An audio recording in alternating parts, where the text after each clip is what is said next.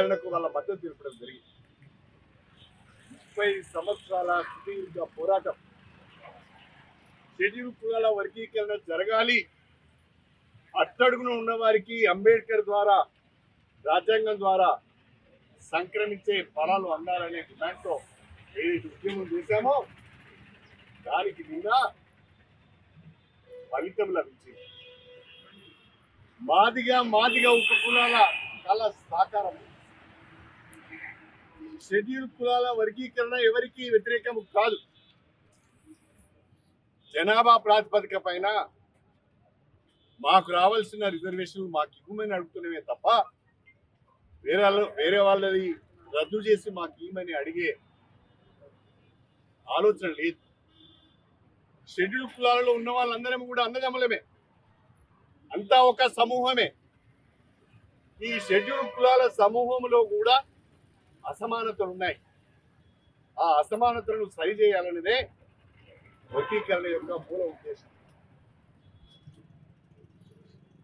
దేశంలోనే మొట్టమొదటిసారిగా ఏ రాష్ట్ర ప్రభుత్వం ముందుకు రాని సమయంలో మన రాష్ట్ర ప్రభుత్వం ముందుకు వచ్చి, మన ముఖ్యమంత్రి గారు ముందుకు వచ్చి వర్గీకరణను అమలు చేసే ప్రయత్నము, దానికి సంబంధించిన ప్రణాళిక రూపొందించే ప్రయత్నము చాలా సంతోషకరమైన విషయము అని చెప్పి ఈ సందర్భంగా తెలియజేస్తుంది.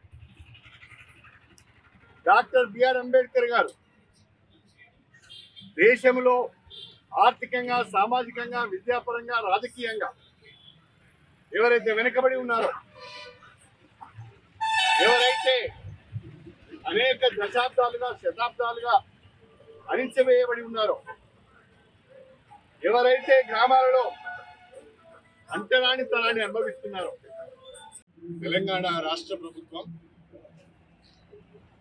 గౌరవ ముఖ్యమంత్రి ప్రియతమ నాయకులు శ్రీ రేవంత్ రెడ్డి గారి నాయకత్వంలో షెడ్యూల్ కులాల వర్గీకరణకు కాంగ్రెస్ పార్టీ కట్టుబడి ఉన్నది. కాంగ్రెస్ పార్టీ అధికారంలోకి వస్తే వర్గీకరణను అమలు చేస్తామని చెప్పి ఇచ్చిన హామీకి కట్టుబడి సుప్రీంకోర్టు తీర్పు నేపథ్యంలో నిన్నటి రోజున రాష్ట్ర అసెంబ్లీలో కమిషన్ ఇచ్చిన నివేదిక పైన చర్చ జరిపి వర్గీకరణ, షెడ్యూల్ కులాల వర్గీకరణకు చట్టబద్ధత కల్పించడమే కాకుండా త్వరలో అవసరం మేరకు చట్టాన్ని తీసుకొచ్చి జీవోలు ఇష్యూ చేసి తెలంగాణ రాష్ట్రంలో షెడ్యూల్ కులాలను ఏబిసి అనే కేటగిరీలుగా రిజర్వేషన్లు అమలు చేస్తామని ప్రకటించినందుకు ముందుగా ముఖ్యమంత్రి గారికి తెలంగాణ మాదిగ ఉపకులాల తరఫున హృదయపూర్వకమైన కృతజ్ఞతలు, ధన్యవాదాలు తెలుపుకుంటున్నారు. షెడ్యూల్ కులాల వర్గీకరణ కావాలని డాక్టర్ బిఆర్ అంబేద్కర్ గారు అందించిన రాజ్యాంగ ఫలాలు, రిజర్వేషన్లు అన్నీ కూడా జనాభా ప్రాతిపదిక పైన దామాషా పద్ధతిలో అవి అమలు కావాలని, అన్ని వర్గాలకు కూడా రాజ్యాంగ ఫలాలు అందాలనే ఒక ప్రధానమైన డిమాండ్తో గత 30 సంవత్సరాలుగా ఎంఆర్పిఎస్ నాయకత్వంలో బ్రహ్మాండమైన దండోరా ఉద్యమం జరిగింది. ఈ దండోరా ఉద్యమానికి రాష్ట్రంలో ఉన్న అన్ని రాజకీయ పార్టీలు,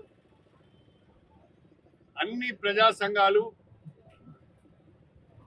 ఆర్ఎస్ఎస్ నుంచి మొదలుకుంటే ఆర్ఎస్యు వరకు సమాజం అంతా కూడా సంఘీభావం తెలపడం జరిగింది. ఎంఆర్పిఎస్ డిమాండ్లో న్యాయం ఉన్నది, హేతుబద్ధత ఉన్నది. అనేక దశాబ్దాలుగా రాజ్యాంగ ఫలాలను వీళ్ళు అందుకోలేకపోతున్నారు. కాబట్టి వర్గీకరణ చేయవలసిన అవసరం ఉంది అని చెప్పి సమాజం అంతా కూడా ఎంఆర్పిఎస్ అండగా నిలబడింది. రాష్ట్రంలో ఉన్న గడిచిన 30 సంవత్సరాలుగా అధికారంలో ఉన్న ప్రభుత్వాలన్నీ కూడా వర్గీకరణకు అనుకూలంగా శాసనసభలో తీర్మానం తీసుకున్నారు. Telugu Desam, Congress party, TRS party, మళ్ళీ ఇప్పుడు వచ్చిన కాంగ్రెస్ పార్టీ అన్నీ కూడా శాసనసభలో వర్గీకరణకు మద్దతుగా ఏకగ్రీవ తీర్మానం చేసి కేంద్రానికి పంపించడం జరిగింది. అనేక కారణాల వల్ల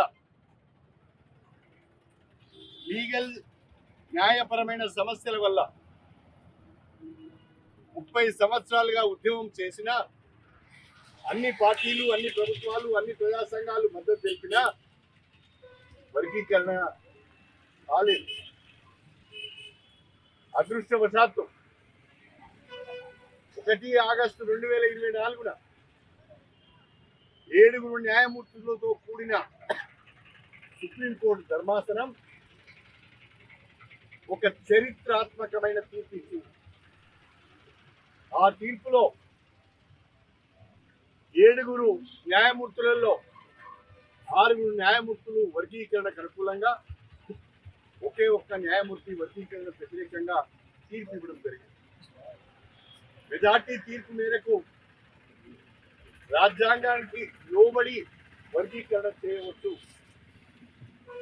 న్యాయపరంగా చట్టపరంగా వర్గీకరణ చేసుకునే అవకాశం ఉన్నది. కేటగరైజేషన్ ఈజ్ పర్మిసబుల్ అండర్ లా అనే మాట సుప్రీంకోర్టు చెప్పడంతో దానిపైన తెలంగాణ ప్రభుత్వం, ముఖ్యమంత్రి రేవంత్ రెడ్డి గారు తక్షణమే స్పందించి తీర్పు వచ్చిన రోజున అసెంబ్లీలో ప్రకటన చేసి ఒక క్యాబినెట్ సబ్ కమిటీ ఏర్పాటు చేశారు. ఆ తర్వాత షెడ్యూల్ కులాల యొక్క డేటాను సేకరించడానికి, ప్రజలందరి అభిప్రాయాలను సేకరించడానికి ఏకసభ్య కమిషన్ వేశారు. ఆ ఏకసభ్య కమిషన్ కూడా రాష్ట్ర ప్రభుత్వానికి తన నివేదిక అందజేసింది. ఆ నివేదికలను కేబినెట్ ఆమోదించి నిన్న అసెంబ్లీలో చర్చకు పెట్టింది. నిన్న అసెంబ్లీలో కూడా ఏకగ్రీవంగా అన్ని రాజకీయ పార్టీలు.